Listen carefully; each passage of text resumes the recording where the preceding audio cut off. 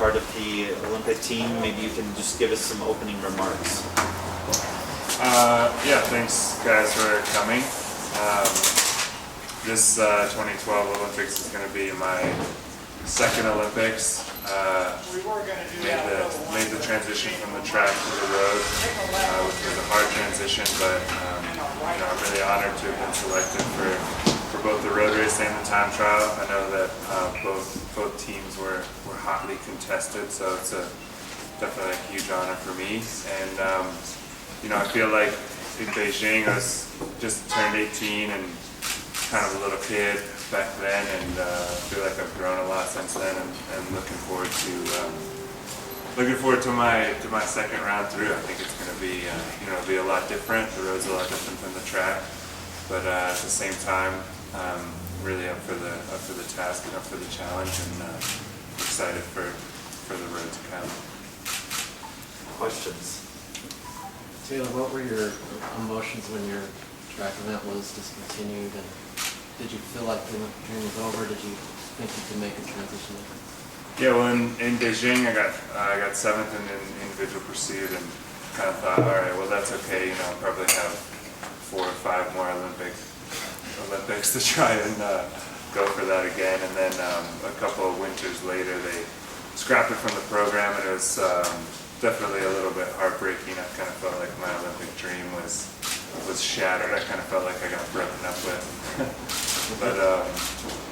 But no, just refocused, and with the help of USA Cycling and especially BMC Racing Team, who's my trade team on the road, they got me to a point this year where I was able to get selected for the road team, and that's like I said, a huge honor and a big step for me, but a step that I wanted to take eventually, and just had to take it a little bit sooner than I anticipated. How many times have you run the time trial course there? Have you done it yet? In Yeah. London? No, I haven't seen it yet. Oh, yeah. I've only Google mapped it and Google Earthed it. And What does it look like from your perspective, from what you've seen on the internet? looks pretty similar to the Copenhagen course of the Worlds last year for me. It's relatively flat and longer straights, not too technical. It's just going to be definitely a pure time trial course, and that's good for me. I'm a bigger man, a little some bigger power, so that'll always go into my advantage. Your toughest competition in the race, who do you perceive? Cancelera, Wiggins, anybody else? Yeah, I think reigning world champion Tony Martin is going to come in as the favorite, having just demolished everybody last year in Copenhagen. Cancellara is always, he's been an idol of mine since I just started. He's kind of the king of the time trial, and Wiggins is having a superb year. There's guys like David Miller, who were up there last year in the Worlds, and there's nowadays there's a lot more pure time trialists in the group, and so I'm going to do all that I can in the next 5 weeks to bring myself to the highest level that I possibly can when it comes to time trialing, with at the same time trying to fit in the road race fitness as well. Taylor, what's your schedule over those 5 weeks? Going back to Europe pretty soon. What will you do? Where will you be? I have 2 options. I'm either going to be racing in July, either the Tour of Austria or the Tour of Poland, or there's a chance I might stay here and really kind of ride my home roads, and the sort of flat, straight, boring roads are good for time trial practice. So yeah, it's a little bit up in the air as of now, but 2 options, and both options are good options. But I'll pick the schedule that's going to bring me to London and bring me in the best physical shape, hopefully, of my entire life. What roads around here best represent the course the time trial course you'll face in London? Well, just going out east, kind of east and north towards Hygiene, those roads out there on the way kind of to Carter Lake those are those will be my stomping grounds for the next couple weeks if I stay here. What will determine whether you stay here or go to Europe? BMC, will they tell you what to do, or do we have a say Yeah, it's in kind this? of just a mixed input of, you know, my opinion, the team's opinion, my coach's opinions, and so, you know, at the end of the day, I'm confident that whatever decision we make, it'll be the right one. Taylor, with regards to the road race, for the layperson, can you explain, A, how well you know your teammates and how the strategy works for that race? Yeah, what's cool about the road race is we have 3 guys, myself included, who live or have lived in Boulder. Timmy Duggan now lives up in Netherlands, but he's lived in Boulder for a while, and TJ Van Garderen just moved here. And then we have Chris Horner, is kind of the old man of the group. The rest of us are we're all under 30. He's getting up to 40, but not that that's old. But no, we have a great group, good guys, guys that I've raced with. One of my teammates, that's always a plus when you're going into you know, a national team event, just for being able to ride together and sort of know each other's strengths. And I think you know, I think if we look at the course right now, it looks like it's similar to Copenhagen, maybe a little bit harder in the fact that it's might come down to a bunch sprint. If it does, we'll go definitely be there for Tyler Farrar because he's the best sprinter in the country. But you never know, you know, it's only 5-man teams and it's a long race and could be harder than some people anticipate. And so I'll go there. That's before the time trial. It's 4 days before the time trial, and I'll go there and, you know, do what I'm told, do my job, and see where that takes us. Hopefully that brings us a medal as a team. Did you have any expectations for your show results-wise, and what are they this time? Well, 4 years ago, I was kind of anticipating coming to London as the individual pursuit rider, still going for the gold medal on the track. I've had to, like I said, change focus a little bit, and you know, I think if I really dial things in the next 5 weeks, you know, I've been training really hard the past couple weeks. I just came off of the Giro, 3-week stage race, so I'm in a really good place fitness-wise, and right now it's about fine-tuning and just bringing my level up to a level that's going to be competitive with the top guys. And I think as the days get closer to the event, you know, my confidence will build with all the training, all the intervals, the specific stuff that I'm doing, and you know, hopefully I can come into the event confident enough to say that I'm going for a medal. That would be, you know, you can't really go to the Olympics and just go there to race. You're going there to, you know, make a dream come true, and that dream would be a medal for me. How would you compare your recovery from the Giro from the Vuelta the year before? Well, Is this easier? the Vuelta of last year, I only made it through 12 days.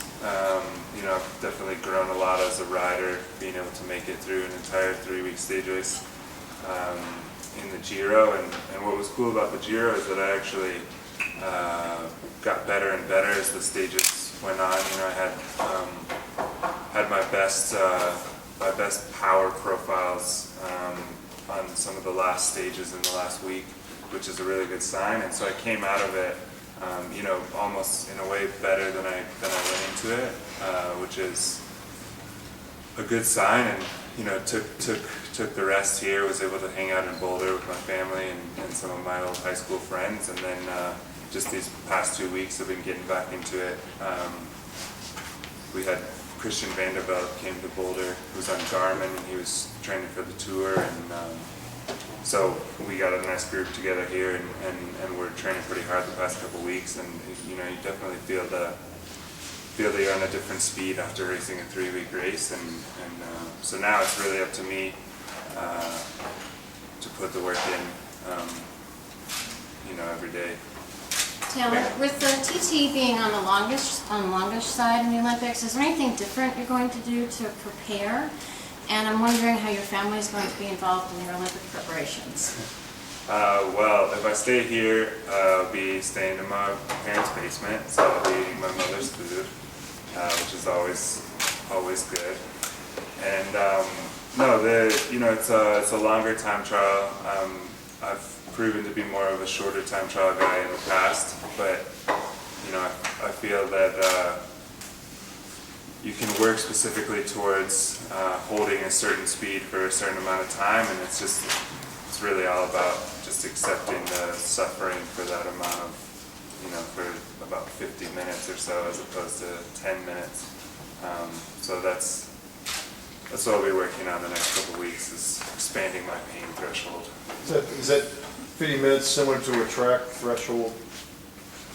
This is where Track is 4 minutes, and 4 minutes Yeah. and 15 the seconds. intensity is about the same. The intensity is relatively similar. You're just holding it for a lot longer of a time.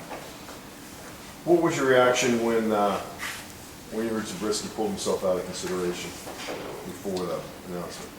I only heard about that after the announcement. I don't really know what to make of all of that. I think that the selectors, I don't know how much of that had to do with the selection, and I hope that the selectors still saw the potential in me for picking me anyways. But I know Dave is one of the best time trialists in the world, and so for me to be able to represent my country in London in both the road race and the time trials, it's just a huge honor for me.